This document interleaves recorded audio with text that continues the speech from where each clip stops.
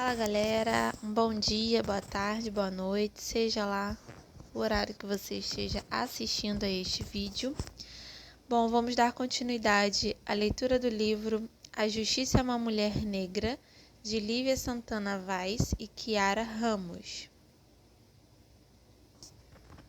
Hoje vamos ler a quarta parte do primeiro girê, que é nesse pedacinho aqui.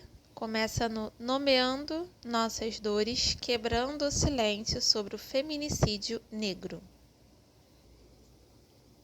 Então vamos lá. Temos o direito de nomear, definir e visibilizar nossas dores e assumirmos a responsabilidade própria de quem rejeita a cumplicidade, quebrando o silêncio sobre o feminicídio negro para retirar a venda dos olhos da justiça. O processo histórico colonial tem evidentes reflexos nas múltiplas violências e subalternizações a que até os dias de hoje as mulheres negras se encontram submetidas na sociedade brasileira. De fato, em sociedades coloniais, raça e gênero determinam em grande medida quem pode viver e quem deve morrer. Nessa perspectiva, ser uma mulher negra no Brasil significa estar sujeita a uma necropolítica que se renova e se retroalimenta cotidianamente, entre marginalização e extermínio dos corpos tidos como descartáveis, não apenas os seus, mas também os das, dos, suas e seus filhos e companheiros. Essa multiplicidade de sistema de opressão que, por óbvio, para além do racismo e sexismo, envolve o seu entrelaçamento com o classismo, a LGBTfobia, o capacitismo, o etarismo e etc., produz violências estruturais contra mulheres negras, desde a violência doméstica e familiar, passando pelas violências psicológica, sexual, obstétrica e reprodutiva, pelo encarceramento em massa até a eliminação do nosso corpo físico. Entretanto, apesar da especificidade, maior intensidade e caráter sistêmico das violências contra mulheres negras no Brasil, essa matéria não costuma ser objeto de atenção por parte dos poderes públicos, cuja omissão reforça a persistência dessas vulnerações. Sob essa ótica, a esfera jurídica está impregnada por uma perspectiva colonial que universaliza a concepção de gênero a partir de experiências particulares de mulheres brancas. Essa universalização homogeneizante desconsidera as peculiaridades das experiências de mulheres não brancas, notadamente de mulheres negras. Neste sentido, para Maria Lugones, somente ao perceber gênero e raça como tramados ou fundidos indissoluvelmente, podemos realmente ver as mulheres de cor. Isso significa que o termo mulher em si, sem especificações dessa fusão, não tem sentido ou tem um sentido racista, já que a lógica categorial historicamente seleciona somente o grupo dominante, as mulheres burguesas brancas heterossexuais, e, portanto, esconde a brutalização, o abuso, a desumanização que a colonialidade de gênero implica. Se a violência de gênero contra as mulheres é alicerçada no patriarcado, é preciso reconhecer que mulheres negras estão submetidas, pelo menos, a uma dupla manifestação de opressão assentada no racismo patriarcal, que agrega a supremacia de gênero masculina e a supremacia branca, tornando seus corpos mais matáveis e mais violáveis.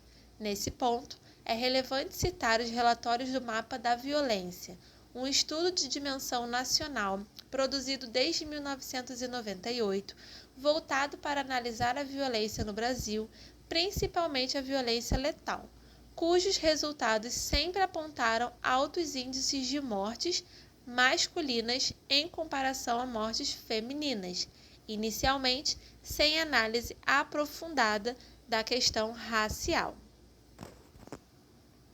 A matéria raça-cor é tratada de maneira tardia e pontual nos mapas até 2012, quando se dá foco no assunto com a elaboração de um documento específico, o Mapa da Violência 2012, a cor dos homicídios no Brasil. Esse estudo observa uma tendência geral detectada desde 2002, quando se inicia a análise da questão raça-cor. A queda do número absoluto dos homicídios em meio à população branca e o incremento dos índices de homicídios da população negra, realidade observada tanto no conjunto da população quanto na população jovem. Em 2012, a questão dos homicídios de mulheres também foi especificamente abordada pelo estudo, sob o título de Mapa da Violência 2012, a atualização Homicídio de Mulheres no Brasil, trazendo a nomenclatura feminicídio. A pesquisa então revelou que o Brasil ocupava a 7ª posição no ranking mundial de homicídios femininos. Para o tema sobre o qual nos debruçamos no momento, o Mapa da Violência 2015 talvez seja o mais emblemático de todos, ao trazer à tona o forte impacto do fator racial na produção da violência letal contra mulheres. De acordo com o estudo, entre 2003 e 2013, houve um aumento de 54,2% na taxa de homicídios de mulheres negras, enquanto no mesmo período os homicídios de mulheres brancas tiveram uma redução de 9,8%. Conforme dados do Atlas da Violência 2020, a desigualdade racial continua em evidência a partir da comparação dos índices de mulheres negras e não negras vítimas de homicídio. No ano de 2018, 68% de todas as mulheres assassinadas no país eram negras. No período de 2008 a 2018, os índices de homicídios de mulheres não negras tiveram uma redução de 11,7%, enquanto os homicídios de mulheres negras cresceram 12,4% no mesmo decênio.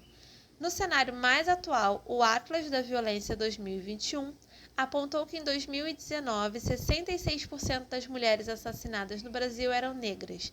Nos últimos 11 anos, é possível identificar uma tendência de redução da violência letal contra mulheres que, no entanto, não se traduz na redução da desigualdade racial.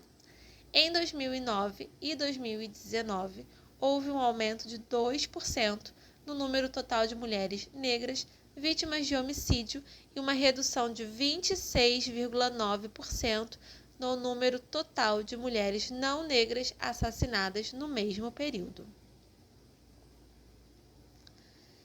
Embora os dados apresentados na pesquisa não definam a motivação dos assassinatos, é preciso pontuar que a análise da violência contra as mulheres e, portanto, também do feminicídio deve levar em conta a complexidade da interação entre racismo e sexismo, misoginia, não apenas na produção das mortes de mulheres negras em si, mas na forma como o aparato de segurança pública, o sistema de justiça e os meios de comunicação reagem a tal fenômeno.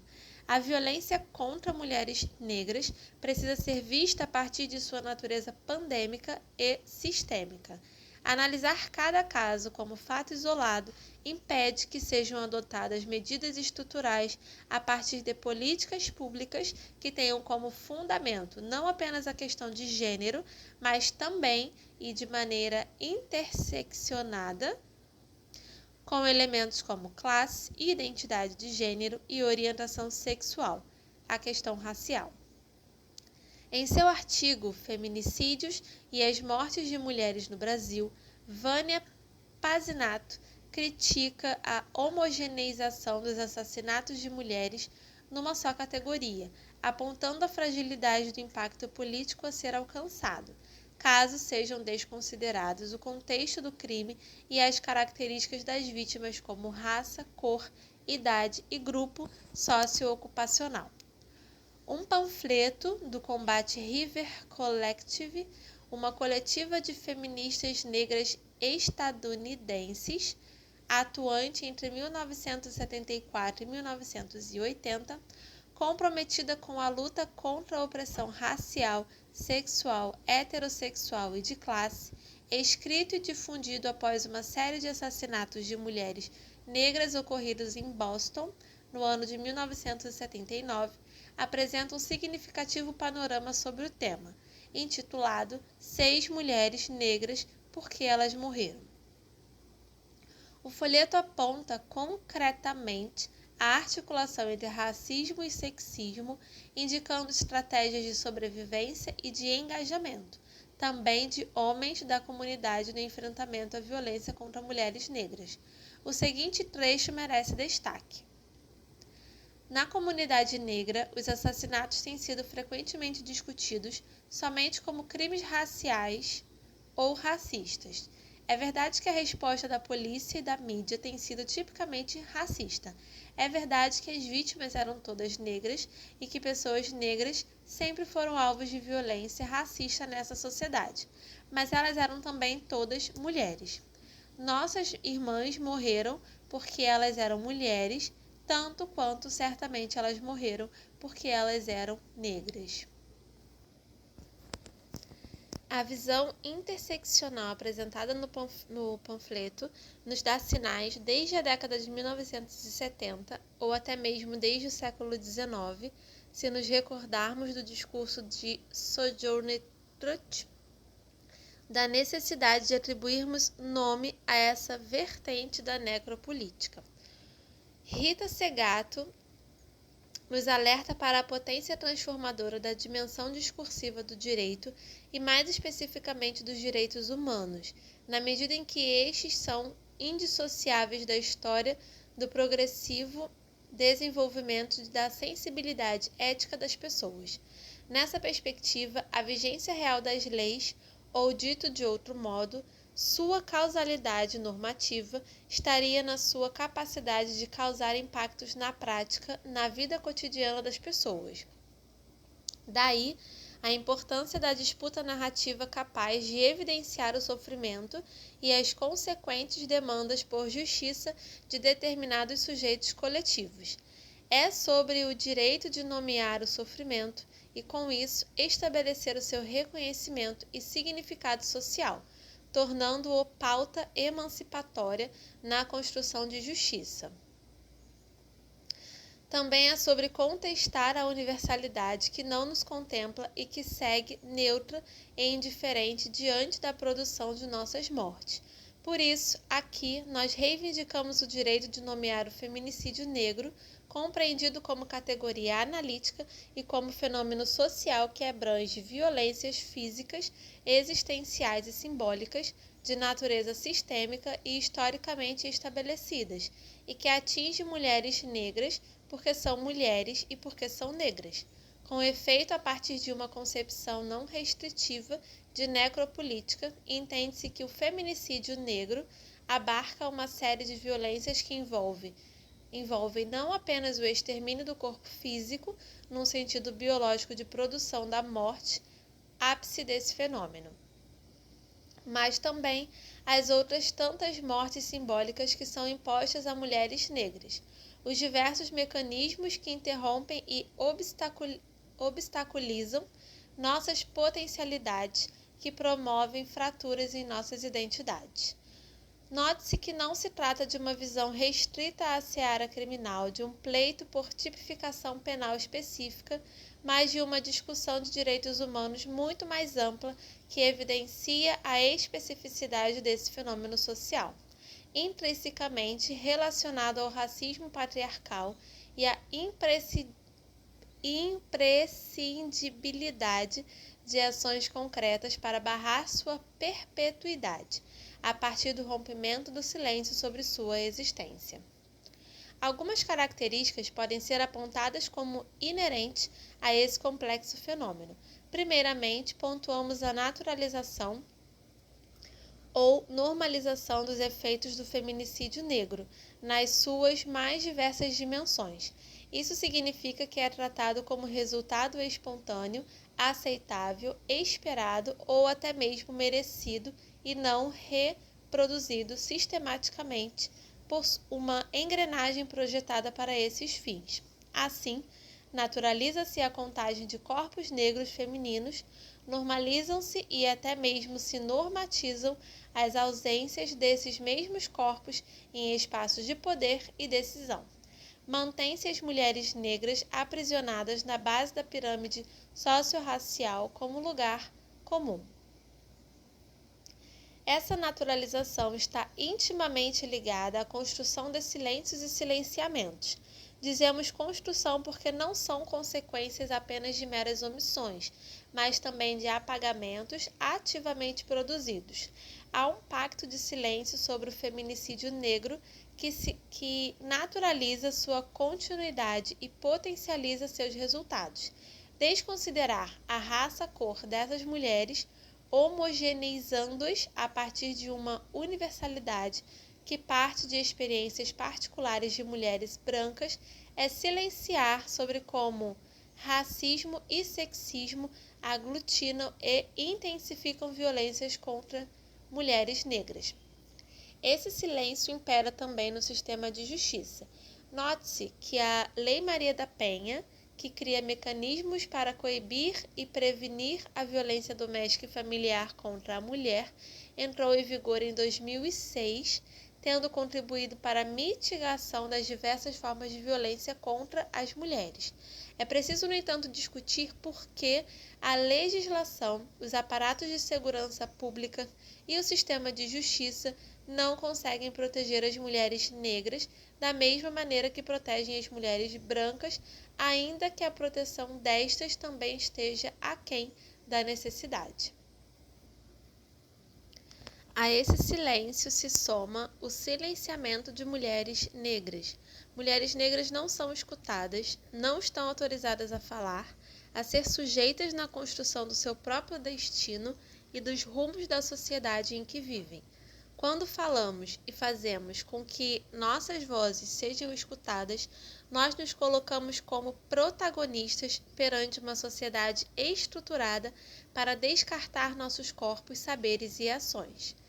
Essa disrupção no sistema muitas vezes provoca reações que podem assumir diferentes intensidades, notadamente no ambiente institucional. Racismo institucional, assédio moral, retaliações, perseguições e, no seu nível mais drástico, o feminicídio político.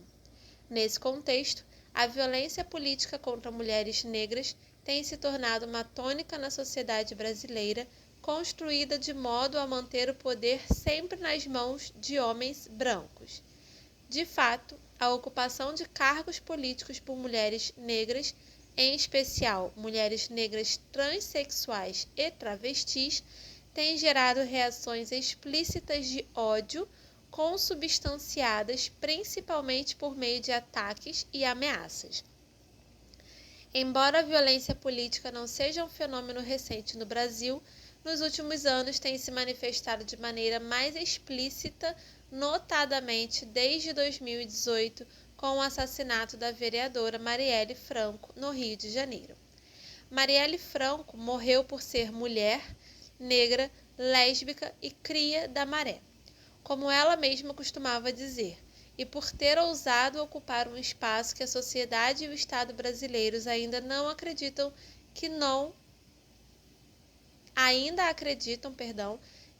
é nosso lugar. Mas, mais do que isso, ela confrontou o silenciamento imposto a mulheres negras pelo racismo cis-heteropatriarcal. Quando Marielle disse que não seria mais interrompida, ela não falava apenas por si, ela falava por todas nós. Nós não seremos mais interrompidas, não seremos mais silenciadas, tampouco silenciaremos, mesmo porque sabemos que o nosso silêncio não nos protege, como nos lembra Audre Lorde.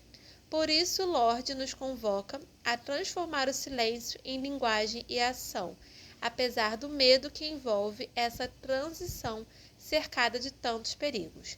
Numa sociedade em que nossa sobrevivência como seres humanos nunca fez parte dos planos, o silêncio nos imobiliza e nos sufoca, mas não nos protege de sermos diminuídas, de termos nossos filhos corrompidos e destruídos. Mas quando quebramos os silêncios, essa visibilidade que nos torna mais vulneráveis é também a fonte da nossa maior força. O feminicídio negro também tem como elemento essencial a objetificação e controle dos nossos corpos, que são os mais vitimados pelas consequências da proibição do aborto, os escolhidos pelos programas de esterilização, desenvolvidos sob o pretexto de planejamento familiar, e ainda os mais atingidos pelo encarceramento em massa. Esse projeto de dominação sobre os nossos corpos está associado à criação e manutenção de obstáculos para que mulheres negras acessem espaços de poder e possam decidir sobre os rumos de suas próprias vidas, mas também interferir nos projetos políticos da sociedade e do Estado. Outra vertente de consolidação desse fenômeno é o apagamento de nossas memórias enquanto sujeitas coletivas, bem como de nossos saberes ancestrais, como vimos anteriormente, invisibilizando nosso protagonismo na história e nos colocando na condição de objeto de pesquisas e de políticas públicas, mas não como produtoras de conhecimentos. Para além das necropolíticas contra seus próprios corpos, mulheres negras são ainda submetidas às dores do luto pelo extermínio de seus filhos, como nos recorda Carla Acotirene. Enquanto mulheres brancas têm medo de que seus filhos possam crescer e serem cooptados pelo patriarcado, as mulheres negras temem enterrar seus filhos vitimados pelas necropolíticas, sem que haja consternação ou indignação pelos motivos de suas mortes. Feminicídio negro como tentáculo do genocídio negro no Brasil. Com toda a sua complexidade e intensidade, o feminicídio negro é uma das vertentes, ou tentáculos, mais eficientes do genocídio do povo negro do Brasil. O livro O Genocídio do Negro Brasileiro, Processo de um Racismo Mascarado, de Abdias Nascimento, já no seu início apresenta dois significados do vocábulo genocídio. Primeiro, genocídio. Genocídio, o uso de medidas deliberadas e sistemáticas como morte, injúria corporal e mental, impossíveis condições de vida, prevenção de nascimentos, calculadas para o extermínio de um grupo racial, político ou cultural, ou para destruir a língua, a religião ou a cultura de um grupo. 2. Genocídio. Recusa do direito de existência a grupos humanos inteiros pela exterminação de seus indivíduos, desintegração de suas instituições políticas, sociais, culturais, linguísticas e de seus sentimentos nacionais e religiosos. Exemplos: perseguição hitlerista aos judeus, segregação racial e etc.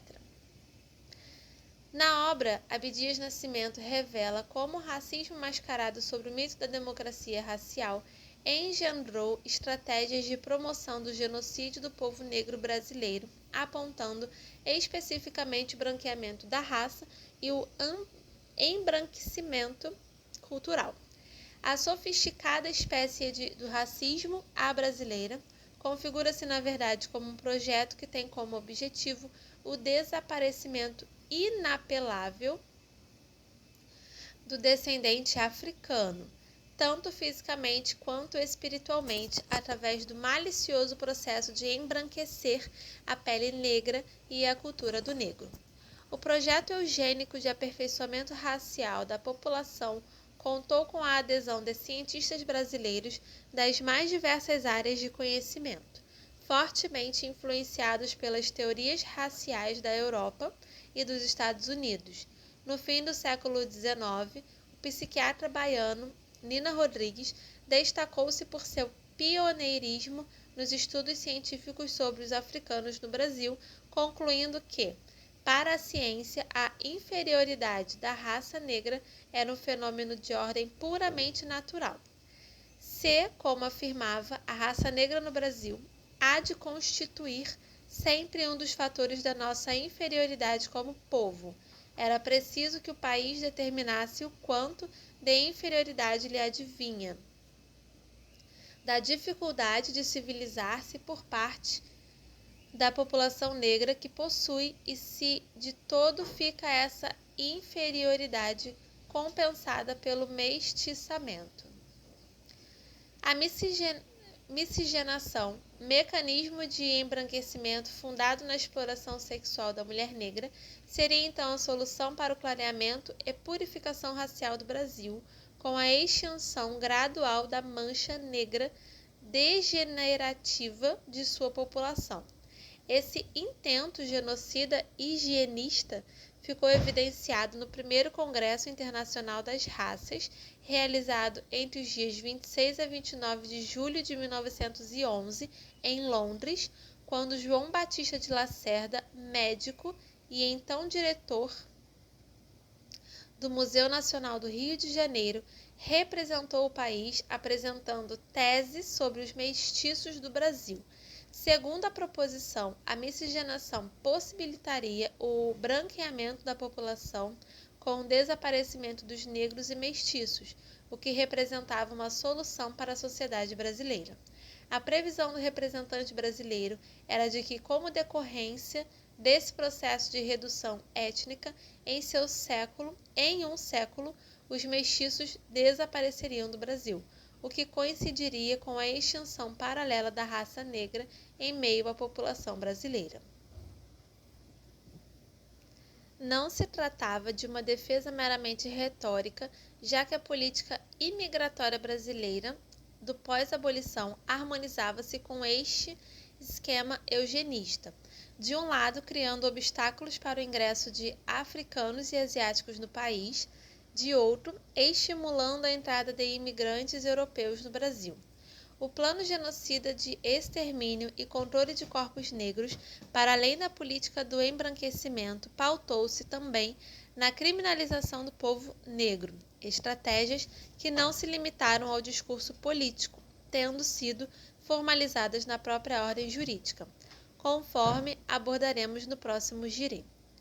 Ana Flausina aponta o racismo como cerne de todo esse empreendimento de genocídio negro brasileiro, cujo sistema penal, braço armado do Estado, programado para o extermínio da população negra, é apenas uma das facetas mais evidentes. Nas palavras de Flausina, há um projeto genocida de Estado que vai desenhando as vulnerabilidades que fragilizam, matam e impedem a formação de uma consciência histórica capaz de sedimentar as bases de uma reação articulada do contingente negro. De fato, o sucesso desse plano e a persistência dos seus efeitos contam com o epistemicídio como importante alicerce. Invalidar os saberes dos povos afrodiaspóricos e também indígenas, estabelecendo o pensamento colonial como base da política educacional brasileira, dificulta o acesso a informações, conhecimentos e memórias de fundamental importância para a articulação de reações ao sistema de opressão instituído. Asa Nigeri apresenta o monstro do genocídio do povo negro como figura arquétipa, executora da máquina genocida ocidental, detentora de tentáculos que alcançam todas as pessoas negras, atingindo-as com maior ou menor intensidade, a depender das intersecções identitárias que perpassam os corpos negros. Nesse sentido, esse monstro desenvolve tentáculos específicos para cada particularidade presente nessa diversidade negra, criando braços genocidas que miram em crianças, adultos e idosos, mulheres e homens, pessoas LGBTQI+, moradores de ruas e de favelas, pobres e miseráveis, acadêmicos, praticantes de espiritualidades de matriz africana, traficantes e policiais e etc. Significa afirmar que há tentáculos para todos os negros sob a égide do Ocidente. Há negros com mais de um tentáculo sobre seus corpos, e principalmente esse ataque genocida não é apenas físico, mas também psicológico, espiritual, ontológico, semiótico, nutricida e epistemicida. O feminicídio negro, portanto, tem se mostrado um poderoso tentáculo desse monstro genocida. Nomear e reconhecer esse fenômeno social é a etapa importante para o seu efetivo enfrentamento, a partir de uma visão interseccional do direito e das políticas públicas. Nesse contexto, intelectuais negras e os movimentos de mulheres negras são peças-chave para a construção de um afrofuturo pluriversal, por meio de proposições teórico-vivenciais concretas que nos permitam, mulheres negras, falar e agir por nós, como sujeitas de conhecimentos e de políticas públicas na produção de soluções para esse fenômeno e de propostas emancipatórias para toda a sociedade.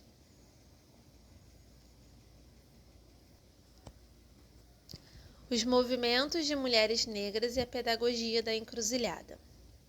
Aqueles homens ali dizem que as mulheres precisam de ajuda para subir em carruagens e devem ser carregadas para atravessar valas e que merecem o melhor lugar onde quer que estejam. Ninguém jamais me ajudou a subir em carruagens ou a saltar sobre poças de lama e nunca me ofereceram melhor lugar algum. E não sou uma mulher? Olhem para mim. Olhem para meus braços, eu arei e plantei, e juntei a colheita nos celeiros, e homem algum poderia estar à minha frente. E não sou uma mulher?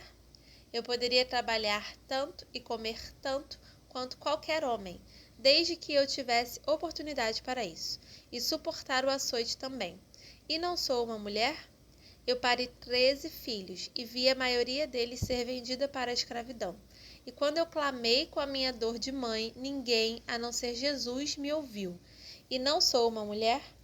Daí eles falam dessa coisa na cabeça. Como eles chamam isso? Alguém da audiência sussurra: intelecto. É isso, querido. O que é que isso tem a ver com o direito das mulheres e dos negros? Se o meu corpo não tem mais que um quarto e o seu está cheio, por que você... Se o meu copo não tem mais que um quarto e o seu está cheio, por que você me impediria de completar a minha medida? Sojourner Truth, e eu não sou uma mulher? Depois de mais de um século e meio, o discurso de Sojourner Truth continua sendo tão atual que para nós mulheres negras ainda ecoa ensurdecedor.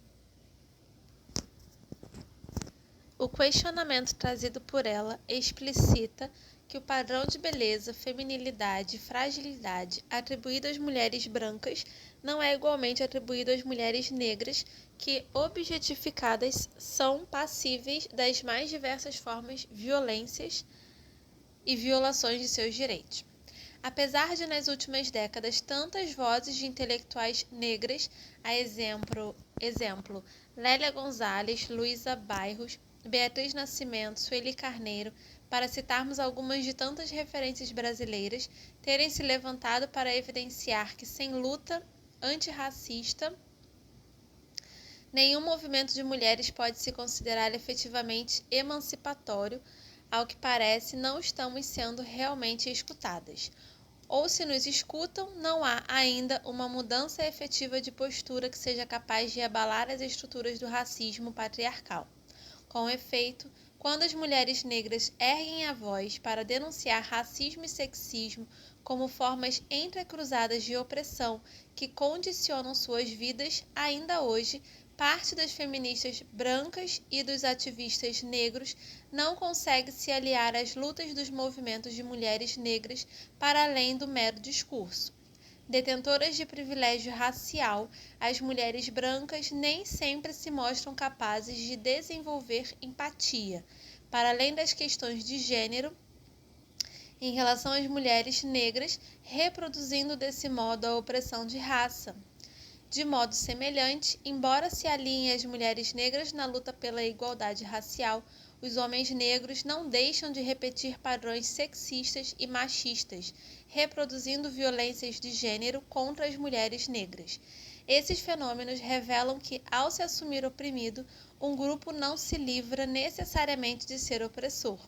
Dito de outro modo, a opressão sexista sofrida pelas mulheres brancas não garante que elas superem seus próprios comportamentos racistas e, muitas vezes, até mesmo sexistas, contra mulheres negras. Nessa mesma linha de entendimento, o racismo que oprime os homens negros não os livra de atuarem também como opressores de mulheres negras, reproduzindo violência de gênero e comportamentos sexistas machistas contra suas aliadas na luta antirracista. A partir dessa encruzilhada, mas não sem antes enfrentar seus dilemas identitários, ao invés de se submeterem a uma escolha radical entre o movimento negro e o movimento de mulheres, as mulheres negras passaram a criar coletivos próprios de defesa e proteção de seus direitos, transcendendo os caminhos unilaterais da raça e do gênero. Compreendemos que essas duas dimensões não podem ser separadas, já que, do ponto de vista da reflexão e da ação política, uma não existe sem a outra. Para nós mulheres negras, não há como fazer escolhas que impõem fraturas em nossas identidades. Desse modo, as mulheres negras do século XXI, a partir dos ensinamentos daquelas que vieram antes, não estão mais dispostas a negar parte de sua identidade na luta por justiça e equidade. As vivências dessas mulheres revelam que pelo menos dois fatores de opressão determinam seu destino na sociedade: o fato de terem nascido negras e de terem nascido mulheres. Por isso, mulheres negras reconhecem a necessidade de libertação da opressão racial, mas também do patriarcado. Mais do que isso, nós, mulheres negras, compreendemos que somos diversas e que o cruzamento de outras identidades pode perpassar e condicionar a nossa existência. Se ser mulher negra é sofrer dupla opressão, é preciso reconhecer as demais avenidas identitárias que oprimem mulheres negras lésbicas, transexuais, de periferia, com deficiência, idosas de religião de matriz africana e etc. Essa compreensão levou os movimentos de mulheres negras da atualidade a debaterem sobre outras tantas questões identitárias que produzem vulnerações, como orientação sexual, gênero, classe, religiosidade, masculinidades, etarismo, capacitismo, gordofobia, LGBTfobia e etc., introduzindo-as em suas pautas. Os movimentos negros, como afirma Nilma Lino Gomes, sistematizam, articulam, disseminam e socializam conhecimentos produzidos pela população negra afrodiaspórica. Mas, mais do que isso, no processo de luta por emancipação, eles também constroem saberes, abrindo caminhos para novos horizontes emancipatórios. Ao agirem dessa maneira, sistematizando e produzindo conhecimentos, os movimentos negros atuam pedagogicamente, educando a sociedade, as instituições, inclusive o sistema de justiça e o Estado, mas também a si mesmos, elaborando novas estratégias políticas na luta antirracista. Tome-se como exemplo a importante participação dos movimentos negros na Assembleia Constituinte de 1987 e 1988, que resultou na inclusão de um mandato constitucional de criminalização do racismo como crime imprescritível e inafiançável. Nessa perspectiva, os movimentos de mulheres negras, justamente por esse olhar privilegiado para a diversidade e por essa postura inclusiva e não homogeneizante das pessoas, tem muito a nos transmitir sobre a luta emancipatória em prol de toda a sociedade, a partir de uma pedagogia da encruzilhada. Como já dissemos, a encruzilhada é lugar de troca, de reciprocidade, de encontro com a diversidade. A encruzilhada é a boca do mundo, um portal de caminhos abertos, de onde se movimentam e se cruzam saberes, forças vitais contra-hegemônicas, constituindo o assédio à diversidade contra-colonial.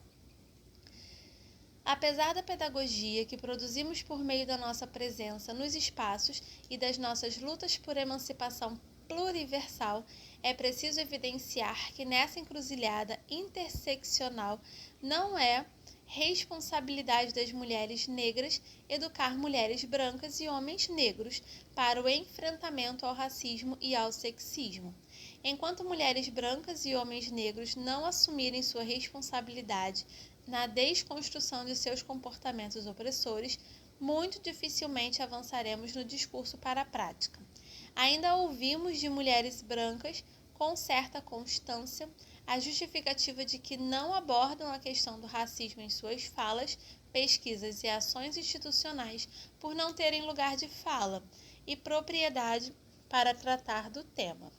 O mesmo desconforto não parece prevalecer quando essas mesmas mulheres discorrem com muita habilidade e sem qualquer constrangimento sobre outros tantos temas que envolvem teses de homens brancos europeus. Ou seja, se educam para uma infinidade de temas que não coincidem exatamente com as pautas que supostamente estariam ligadas ao seu lugar de fala, porque não se sentem responsáveis também por se educarem sobre mulheres negras e sobre racismo. Ora, o lugar de fala de uma mulher branca para tratar do racismo é, ou deveria ser, o de uma mulher branca antirracista. As mesmas reflexões podem ser feitas para homens negros no que diz respeito a assuntos como sexismo, machismo, patriarcado e misoginia. É preciso que mulheres brancas reflitam quais são as mulheres que vocês eventualmente oprimem para que sejam as feministas que dizem ser. Quem são as mulheres que cuidam de seus filhos e se ocupam dos afazeres de suas casas, enquanto vocês lutam pela conquista dos direitos da mulher? Certamente são negras. Como é possível, então, se dizer feminista sem assumir postura antirracista? Sob essa ótica, temos testemunhado muitas mulheres brancas levantarem a bandeira da equidade de gênero nos espaços institucionais, ignorando completamente as opressões racistas sofridas por mulheres negras. E nós não somos mulheres? Queremos que nossos irmãos negros também se questionem que futuro estão construindo para suas filhas, mães e irmãs, quando se omitem quanto à violência de gênero, quando a reproduzem notadamente contra corpos negros como os seus, quando logram êxito em ocupar determinados espaços, desconsiderando a completa ausência de mulheres negras ao seu lado. Não existe privilégio no racismo patriarcal para homens negros, ainda que estejam ocupando espaços de poder. O fazem por delegação dos homens brancos, a partir de um consentimento restrito à ascensão individual que não agrega mobilidade coletiva e ainda assim limitado a espaços milimetricamente selecionados. Dito isto, é preciso evidenciar que pontuar nossas diferenças não significa que estamos pregando desunião. Na verdade, quando defino a mim mesma, o lugar em que sou como você e o lugar em que não sou como você, eu não o estou impedindo de unir-se a mim. Estou ampliando suas possibilidades de união. Afinal, a quem serve a nossa divisão? Somente a real conexão e unidade entre mulheres é capaz de desestabilizar o patriarcado. Do mesmo modo, a real conexão e unidade entre pessoas negras promove fissuras importantes na estrutura do sistema racista. A função criativa das nossas diferenças não dominantes é justamente a complementaridade e dialética que elas nos permitem alcançar, confrontando a hierarquização e padrão de dominação próprios do colonialismo patriarcal e racista. Utilizar essas mesmas ferramentas na luta emancipatória é o mesmo que usar as armas do opressor contra nossos próprios corpos, pois, como nos lembra Audre Lorde, as ferramentas do Senhor nunca derrubarão a casa grande. Quando essa unidade contra os sistemas de opressão envolve não apenas mulheres e pessoas negras, mas também outros grupos vulnerabilizados, ganhamos a potência necessária para derrubar a casa grande. Para isso, é preciso definir e empoderar, ao invés de dividir e conquistar. O prólogo do livro de Bianca Santana sobre a vida de Sueli Carneiro tem muito a nos dizer sobre o nosso atual momento, sobre o quanto caminhamos e sobre o quanto precisamos avançar. Ela nos apresenta uma experiência marcante para Sueli Carneiro, ocorrida em 29 de maio de 1982, no auditório de um colégio situado no bairro Rico e Branco de Higienópolis, São Paulo. Ali acontecia um júri simulado denominado Tribunal Berta Lutz, para a avaliação da situação da mulher na sociedade brasileira. A única pessoa negra a participar da encenação como representante do movimento negro era Abdias Nascimento. Sueli Carneiro estava no auditório. Naquela época, ela era plateia para homens do movimento negro e para as brancas do movimento feminista. Abdias fica em pé, observa os espectadores e vê umas pretinhas aqui e ali meio dispersas. Olha para um lado, olha para o outro, olha para frente, olha para trás e dá início à sua fala, mobilizando sua extraordinária capacidade cênica. Tendo em vista que não há nenhuma mulher negra neste júri simulador, tendo em vista que minhas irmãs não estão aqui representadas, eu, neste momento, me faço cavalo de todas as minhas ancestrais e peço a elas que se incorporem e me iluminem. E prossegue, porque nós, mulheres negras, foi o momento máximo no tribunal que era para ser um evento das brancas. Se as mulheres representam mais da metade da população, as negras representam mais da metade das mulheres brasileiras e seus problemas são muito maiores que os das mulheres brancas. No entanto, aqui foi tocado muito timidamente o problema da mulher negra e garanto que para estarem presentes neste auditório, muitas de vocês deixaram uma negra cuidando dos filhos ou na beirada do fogão.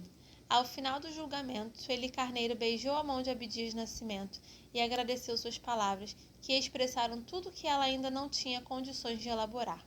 Eu prometo que o senhor não vai precisar fazer isso de novo. Não que não seja uma honra ser representada, mas o senhor não vai mais precisar nos representar, porque nós vamos chegar. Quase 4 décadas depois, precisamos nos perguntar: chegamos lá? A resposta é não. Racismo e sexismo insistem em nos manter à margem da sociedade ou na base da pirâmide, mas também não foram capazes de nos imobilizar. Nós não chegamos, mas podemos dizer que estamos chegando, a passos lentos, porém firmes. Ainda temos muitos desafios pela frente, mas aceitamos a passagem do bastão e seguiremos adiante, honrando os caminhos abertos para nossas mães e avós e por todas as nossas ancestrais, sem as quais não estaríamos aqui hoje. Das mulheres brancas, esperançamos que sejam efetivamente dispostas a escutar nossas vivências de maneira empática, que compreendam que a luta por equidade de gênero sem equidade racial reproduz contra nós opressões racistas, que reconheçam os privilégios de sua branquitude e assumam responsabilidade concreta na luta antirracista. Dos homens negros, esperançamos que se abram para uma consciência racial interseccional e que, para relembrar Abdias Nascimento, para além de se fazerem cavalos onde nós, mulheres negras, ainda não conseguimos chegar, abram caminhos para que efetivamente estejamos presentes e não precisemos mais ser representadas. Dizemos esperançamos e não esperamos, porque de fato não estamos e nunca estivemos. Esperando passivas, estamos em luta por transformação enquanto continuidade que somos de nossas ancestrais. Então venham preparados ou não venham. Venham preparadas para se despir de sentimentos de dominação, desconfiança e preconceito, para se unir a nós.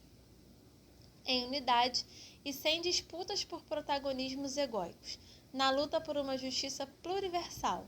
Venham preparadas ou não venham, porque o nosso sonho de justiça e liberdade é o agora. Então, galera, essa foi a 4ª parte do primeiro girê. A 5ª parte e última vai começar aqui. Eu sou porque nós seremos, por um afrofuturo ancestral feminino. Espero que vocês tenham gostado desse vídeo. Eu aguardo vocês no próximo. Um beijão e até lá! Tchau, tchau.